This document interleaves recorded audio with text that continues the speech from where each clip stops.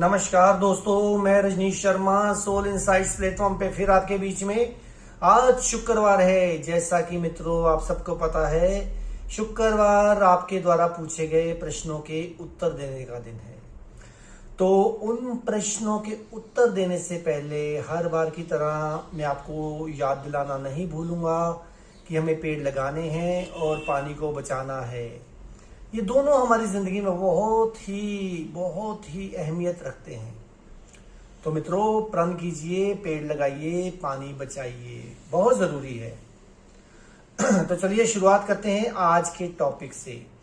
आज बहुत से मित्रों ने बहुत से सवाल पूछे हैं, लेकिन मैं उनमें से वही टॉपिक लूंगा जो एक दूसरे के साथ मिलते जुलते हैं। तो चलिए, पहला टॉपिक क्या है। किसी मित्र ने पूछा है कि हम संसार में क्या करने आए हैं, हमें परमात्मा ने संसार में क्यों भेजा है। तो मित्रों, हम तब तक दुनिया में आते रहेंगे जब तक हमारे अंदर इच्छाएं खत्म नहीं हो जाती। और हम करने क्या आए हैं, हम सिर्फ अपने गुनाहों की बख्शीश मांगने आए हुए हैं। हम उन आत्माओं से मिलने आए हुए हैं जिन्होंने हमें पीछे भी कभी तंग किया था। वो इस बार भी आपके सामने आएंगे, आपको उकसाएंगे, आपके खिलाफ बोलेंगे, लेकिन हमें क्या करना है, हमें उनके खिलाफ नहीं बोलना है, हमें उनको माफ कर देना है और चुप रहना है।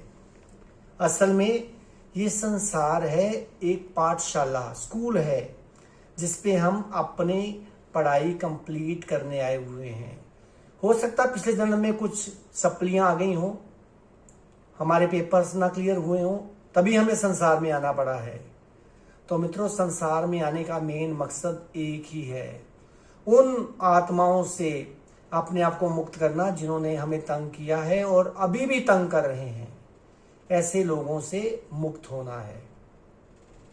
अब कुछ लोग आप देखेंगे आपके किसी भी कर्म को बढ़ाना चाहेंगे। मान लीजिए आप गाड़ी में जा रहे हैं और पीछे से एक आदमी हॉर्न पे हॉर्न मार रहा है और आप गाड़ी में बैठे हुए हो। आप कभी भी उसके खिलाफ मत बोलो, आप चुप रहो, क्योंकि वो जो पीछे हॉर्न मारने वाला बंदा है वो आपके कर्म को और खराब करना चाह रहा है।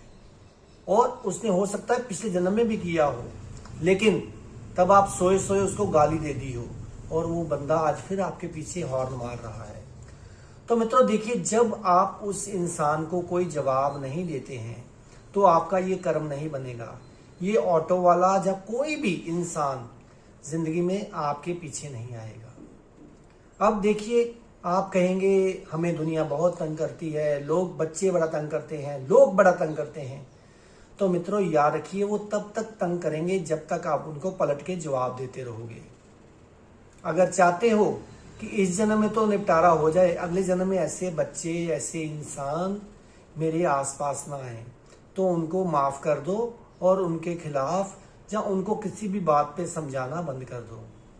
तो मेन मकसद यही है। अब जैसे भगवान ने कहा था कि मैं हर एक को गाइड करता हूँ, हर एक को। वो कैसे गाइड करता है? वो इंसान के रूप में, गुरु के रूप में आपको गाइड करता है कि तुम ऐसे छोड़ो। जब आप नहीं छोड़ते हो तो आप अपनी आत्मा को इतना ढीठ बना देते हो कि हर जन्म में किसी की बात नहीं मानती है और बार बार उन्हीं दुखों का सामना उसको हर जन्म में करना पड़ता है। तो क्या करना है? सुबह नहाओ तो हमेशा बख्शीश मांगो परमात्मा से कि मेरे को बख्शा जाए, मेरे को बख्शा जाए। मैंने कौन से कर्म किए जो ऐसे इंसानों का, ऐसे आत्माओं का मेरे को सामना करना पड़ रहा है। और आप मित्रों देखेंगे, जिस दिन आप उनको माफ कर देंगे और भूल जाएंगे। भूलना क्यों बोला मैंने? Forgive, forget. क्योंकि जब हम माफ करते हैं, हम नहीं भूलते कि हमने माफ किया है, तो हमारा अहंकार बढ़ जाता है। तो इसलिए हमें फॉरगिव करना है और फॉरगेट करना है, यानी कि माफ करना है और भूल जाना है।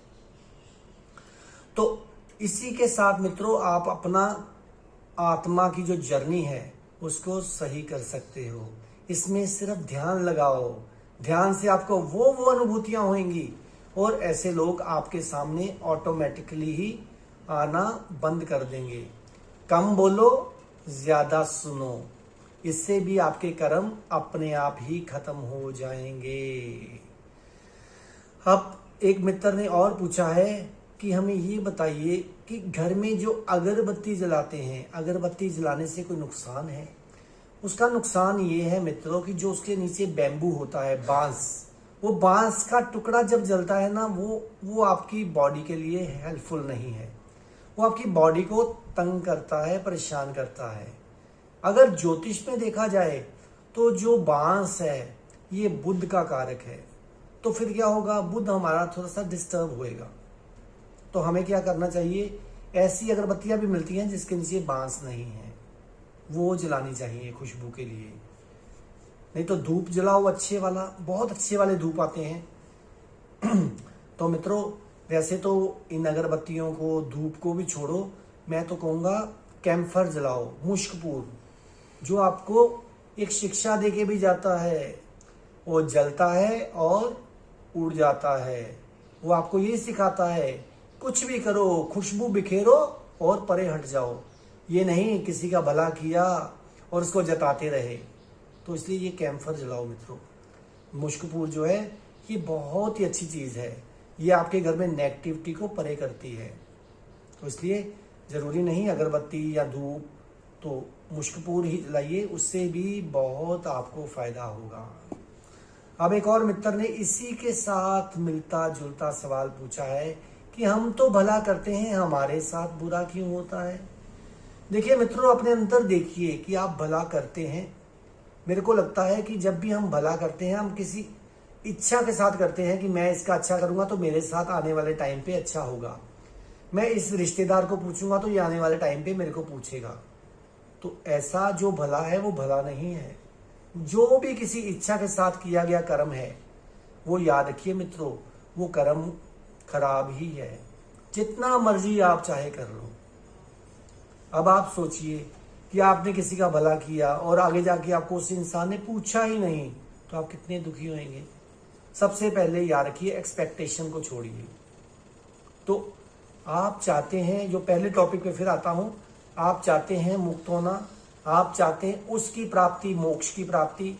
तो मोक्ष की प्राप्ति क्या है? जहां कोई विचार नहीं, कोई इच्छा नहीं, जीरोनेस में चले गए, तो वही मोक्ष है। तो मोक्ष को कैसे पाना है और इस जन्म मरण के चक्कर से कैसे छूटना है? कईयों को वादे किए होंगे पिछले जन्म में मिलूंगा अगली बार, तो मिलना तो पड़ेगा ही। तो उसके लिए क्या करना है? अपने कर्मों को ठीक करना है, ताकि इसी जन्म में वो नेगेटिव कर्म खत्म हो जाए, ताकि अगले जीवन में फिर इन्हीं नेगेटिव कर्मों की वजह से इन्हीं नेगेटिव कर्मों को दोबारा ना भोगना पड़े। तो मित्रों, ध्यान कीजिए, ध्यान से ऊपर कोई भी विधि नहीं है ठीक करने की। तो ध्यान है जो आपको परमात्मा से एक कर सकता है। तो चलिए अगले शुक्रवार नए टॉपिक के साथ मिलेंगे। तब तक आप मेरे चैनल को सब्सक्राइब करते रहिए, सोल इनसाइट्स _RV रजनीश। तब तक आप खुश रहिए, आबाद रहिए, जिंदाबाद रहिए। नमस्कार।